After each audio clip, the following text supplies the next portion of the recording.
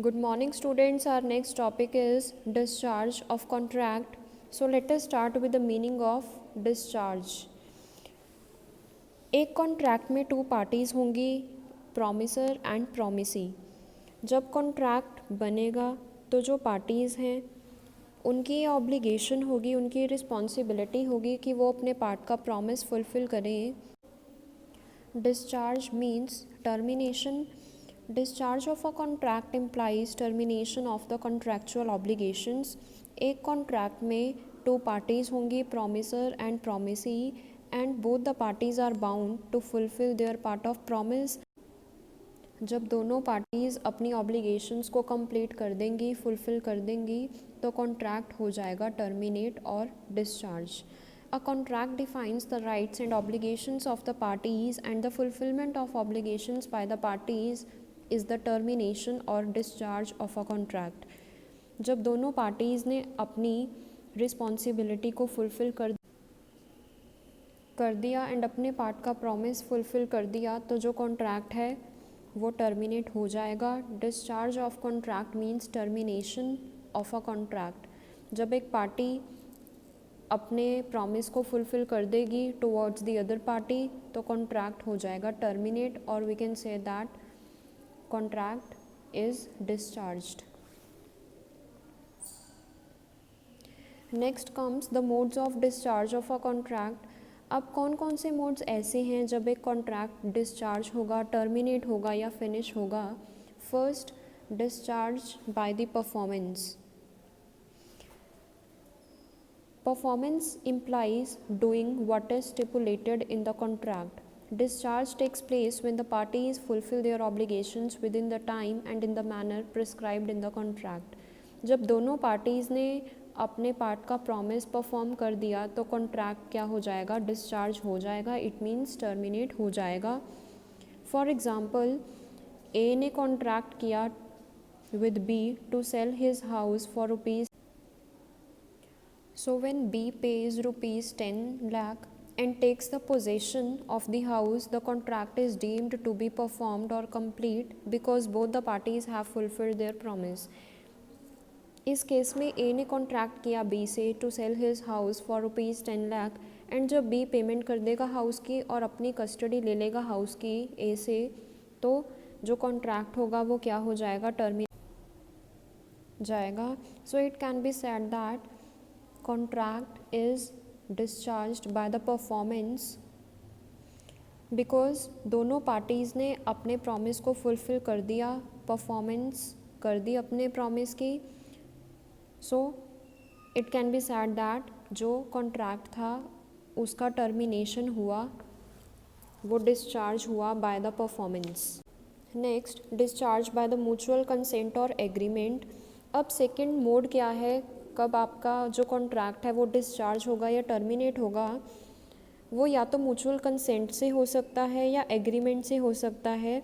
जो प्रॉमिसर होगा एंड जो प्रॉमिसी होगा, अगर दोनों ने एग्रीमेंट कर लिया कि जो एग्जिस्टिंग कॉन्ट्रैक्ट था उसको उन्होंने फिनिश करना है, तो दोनों के म्यूचुअल कंसेंट के,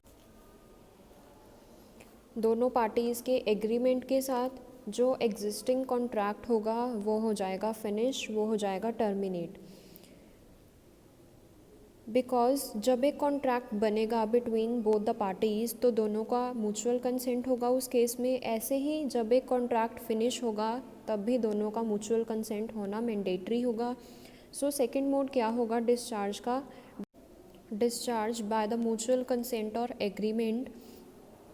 अब जो एग्रीमेंट होगा और जो म्यूचुअल कंसेंट होगा दोनों पार्टीज़ का, उसके भी अब 4 वेज़ हैं कि ये कॉन्ट्रैक्ट कैसे टर्मिनेट होगा by the mutual consent. First is novation. It means जब दोनों पार्टीज़ ने एग्रीमेंट किया और दोनों पार्टीज़ के म्यूचुअल कंसेंट के साथ उन्होंने ये एग्री किया कि अब वो एक न्यू कॉन्ट्रैक्ट बनाएंगे एंड ओल्ड वन रिप्लेस करेंगे.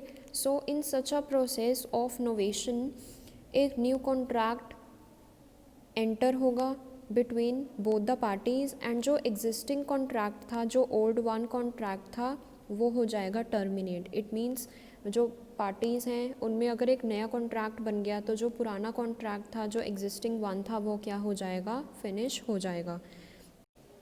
Next, alteration. अब जो दोनों पार्टीज़ होंगी, प्रोमिसर एंड प्रोमिसी, उनके पास ये राइट होगा कि जो ओरिजिनल कॉन्ट्रैक्ट है उसकी कंडीशंस और टर्म्स में वो ऑल्ट्रेशंस भी कर सकते हैं, कुछ चेंजेस भी कर सकते हैं इफ़ दे रिक्वायर्ड। तो इस केस में पार्टी एग्रीमेंट के साथ, पार्टीज़ म्यूचुअल कंसेंट के साथ क्या कर सकती हैं, कॉन्ट्रैक्ट के टर्म्स और में ऑल्ट्रेशंस और चेंजेस भी कर सकती हैं।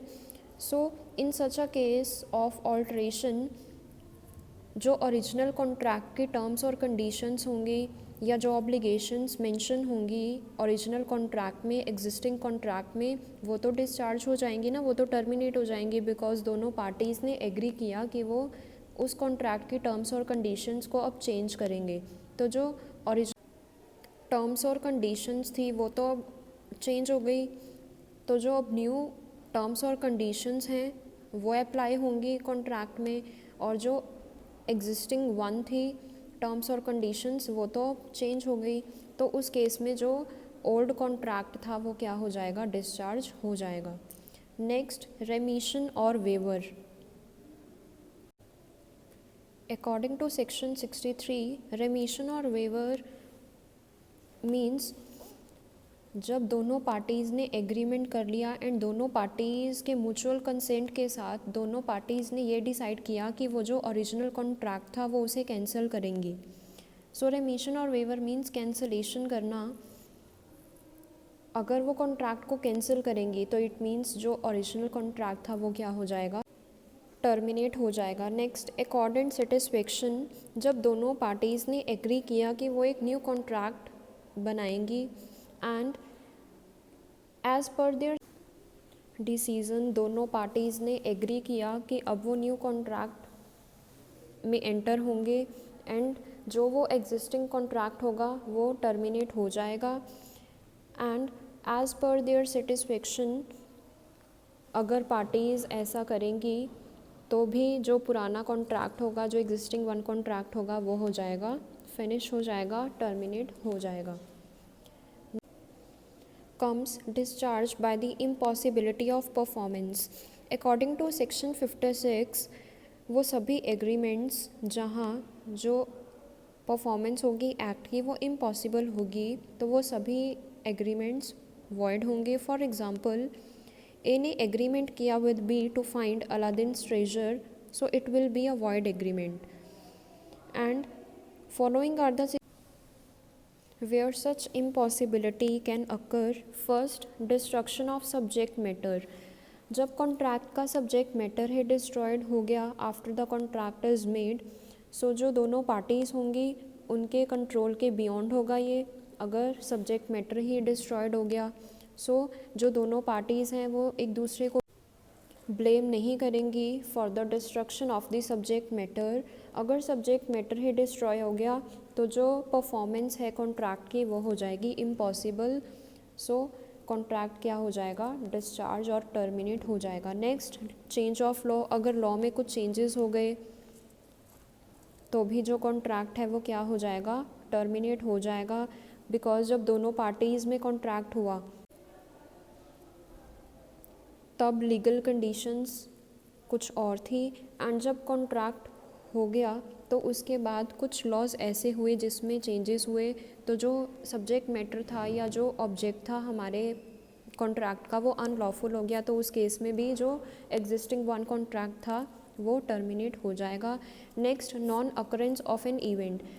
अब अगर कॉन्ट्रैक्ट हुआ होगा एक पर्टिकुलर इवेंट की अकरेंस के लिए, बट इन केस अगर उस इवेंट की अकरेंस ही नहीं हुई तो जो कॉन्ट्रैक्ट होगा वो भी क्या हो जाएगा, टर्मिनेट हो जाएगा। नेक्स्ट, पर्सनल इनकैपेसिटी और death.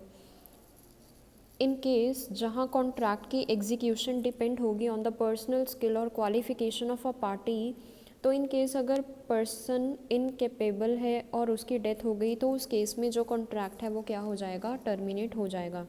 Next, outbreak of war.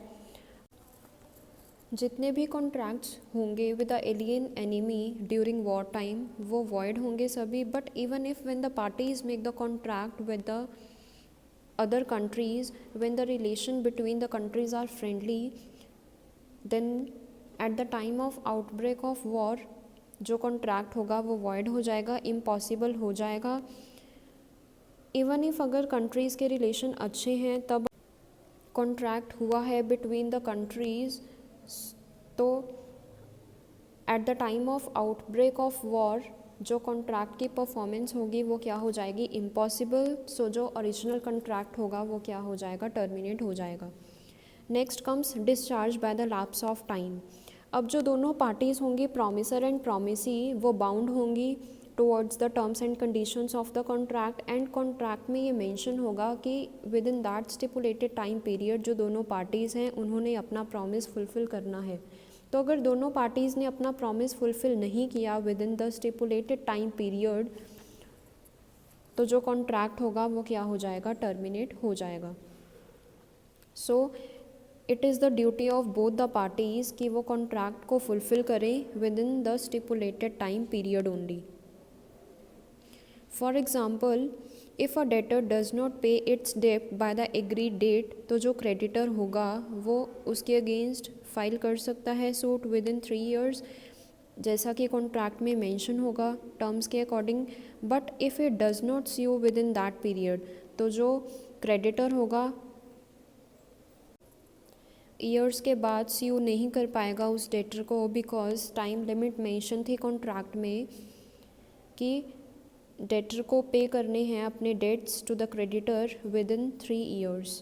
तो उसके पास टाइम पीरियड होगा 3 years का. इन केस 3 years में भी डेटर्स अपने डेट्स को क्लियर नहीं करता तो जो क्रेडिटर है उसके पास राइट होगा कि वो उसके अगेंस्ट फाइल भी कर सकता है suit against that, but only within 3 years.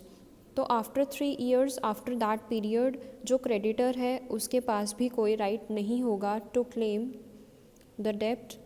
And जो डेटर होगा वो भी लॉफुली बाउंड नहीं होगा to make the payment to the creditor.